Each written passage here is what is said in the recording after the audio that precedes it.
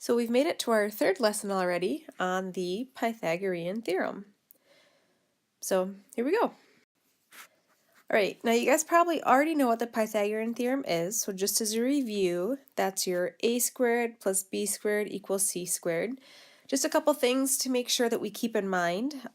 Pythagorean Theorem only works on right triangles.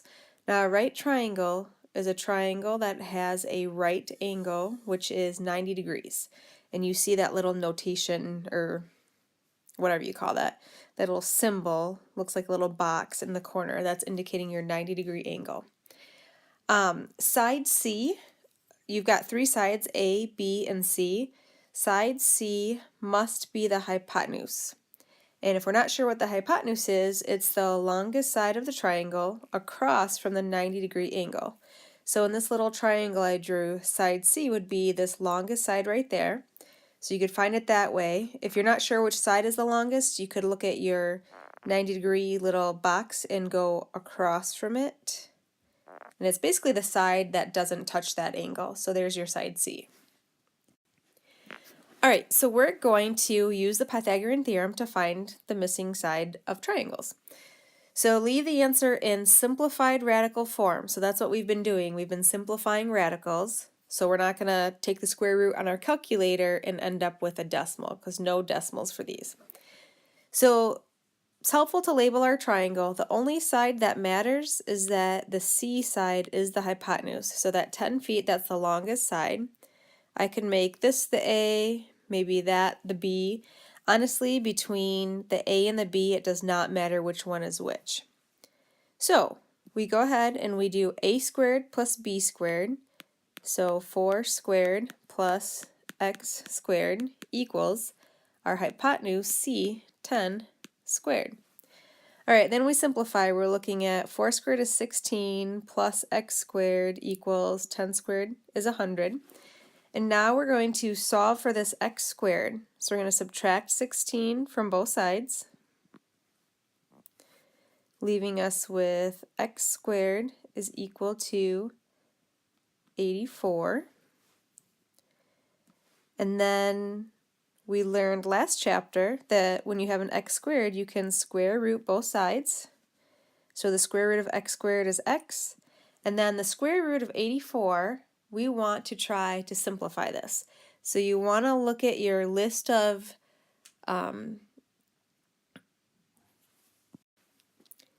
perfect squares and see which one fits into 84. So the first one we'll probably try is a 4. 4 times 21 is 84. And then the check is just look at the other number. Do any perfect squares fit into 21? And because they do not, we're good. Our answer is going to be x equals, now the square root of 4 is 2, and the square root of 21 stays as 21. And then the other thing you just want to check to be sure is, does this need a label? And you can see that this triangle is measured in feet, so we just want to make sure that we do put that label of feet on our answer. So x equals 2 square root of 21 feet. Simplified radical form, no decimals. If you remember back to last chapter, when we solved for our x squared and you took the square root of both sides, we did have two answers. Do you remember when we would do the plus or minus with our answer?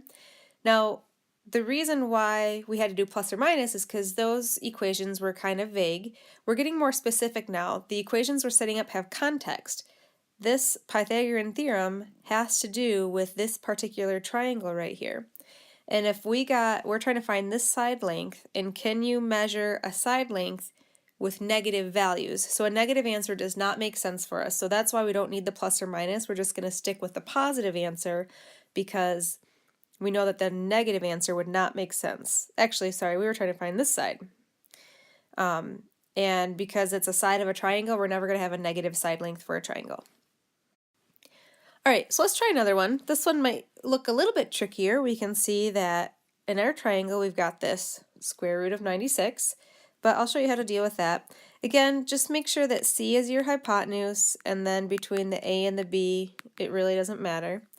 So we do our a squared plus b squared equals c squared. So x squared plus b squared, square root of 96, squared equals 12 squared. All right, when we simplify this, our x squared doesn't change, plus, now this square, we're squaring a square root of 96. If we were to do this math out the long way, we would notice that you would end up with just a 96 in the end. Basically, the square cancels out the square root, leaving you with 96. Equals 12 squared is 144. And now we're trying to get the x squared by itself. So we're going to solve our equation for x squared. We're going to subtract 96 from both sides. So we have x squared equals 144 minus 96, leaving us with 48. And then to undo the squared, we square root both sides. Square root of x squared is just x, and the square root of 48, we're going to break that down. So what goes into 48? We could say 4 and 12, but when we say 4 and 12, take a look at that 12. Do any perfect squares fit into it? Yes, they do. So we don't want the 4 and the 12 because there must be something bigger than 4. So go through your list and hopefully we'll end up with 16 times 3 is 48. So x equals, the square root of 16 becomes 4, square root of 3 stays, and then just check to see if we need a label, and this one is also in feet. So we do want to label that feet. So our missing side length is in reduced radical form, 4 square roots of 3 feet. All right, last one, we've got this nice little word problem. Let's see. A 19-foot ladder was placed against a wall. The base of the ladder was 11 feet from the wall. How high up the wall is the top of the ladder? So should you write this problem down? Yes, you should write this problem down. So write down, pause the video, write down this word problem.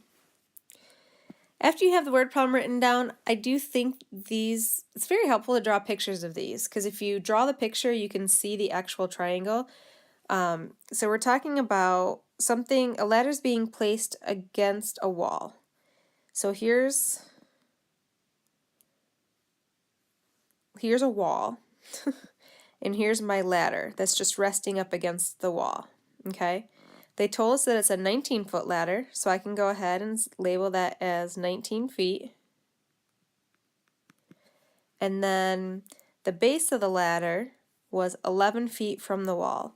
So the base of the ladder is going to be this down here, because the base is the bottom of our ladder and it's 11 feet from the wall. And the question is, how high up the wall is the top of the ladder? So we are looking for this height right here. So we're going to call that x.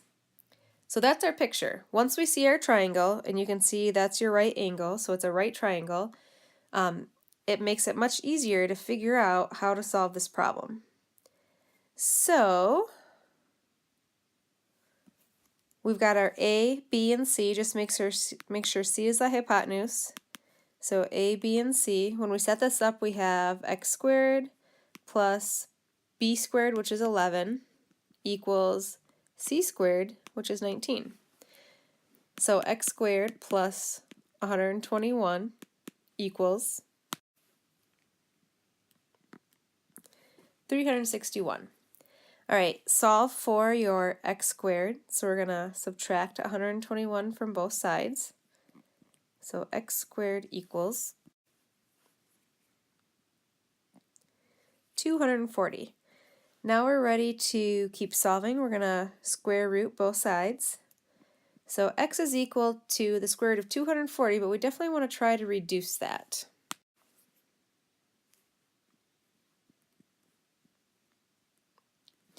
All right, so 16 fits in 15 times, and we look at the square root of 15, and we say, nope, there's no perfect squares that can fit into that. So we're ready for our final answer is square root of 16 is 4, square roots of 15, and then our problem is in feet again, so we'll put our label of feet. And there you go. So in these word problems, I definitely would recommend drawing a picture.